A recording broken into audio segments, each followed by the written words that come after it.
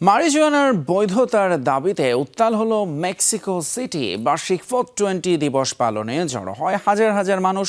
ক্ষতিকর মাদকটি সেবনে আইনি বাধার প্রতিবাদ জানায় বিক্ষোভকারীরা। কেবল তাই নয়, মারিজুয়ানা ব্যবহারকারীদের নিয়ে সমাজে প্রচলিত নেতিবাচক ধারণাও ভাঙতে চান তারা। স্লোগানের পাশাপাশি নাচ গানের মধ্য দিয়ে মারিজুয়ানার উৎসবে পরিণত হয় বিক্ষোভের ভেন্যু। সিলন টি রপ্তানিতে শীর্ষে। ধোঁয়ায় আচ্ছন্ন মেক্সিকো সিটি। প্রতি বছরের মতো 420 পালনের রাস্তায় নেমেছে হাজার হাজার মানুষ। এই দিনের দাবি ক্ষতিকর মাদক মারিজুয়ানার বৈধতা।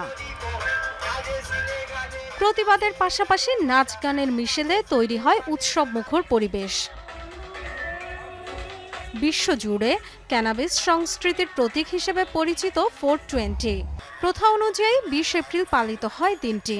মেক্সিকোর স্থানীয় সময় ঠিক বিকেল 4:20 শুরু হয় আনুষ্ঠানিকতা।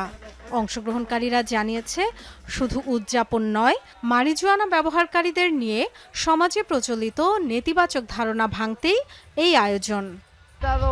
420 আসলে একটি কোড যা সময়ের সঙ্গে ক্যানিবাস কমিউনিটি গ্রহণ করেছে।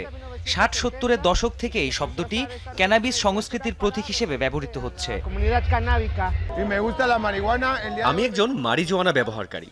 এখানে এসেছি বৈধতার দাবিতে। মানুষ যেভাবে আমাদের দেখে আমরা তার চেয়ে অনেক বেশি ইতিবাচক। মেক্সিকোয় ব্যক্তিগত ব্যবহারে কিছুটা শিথিলতা এলেও এখনও পূর্ণাঙ্গ বৈধতা পায়নি মারিজুয়ানা।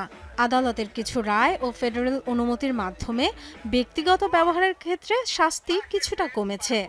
আইন সংস্কারের দাবিতে প্রতি বছরই জোরালো হচ্ছে এই আন্দোলন।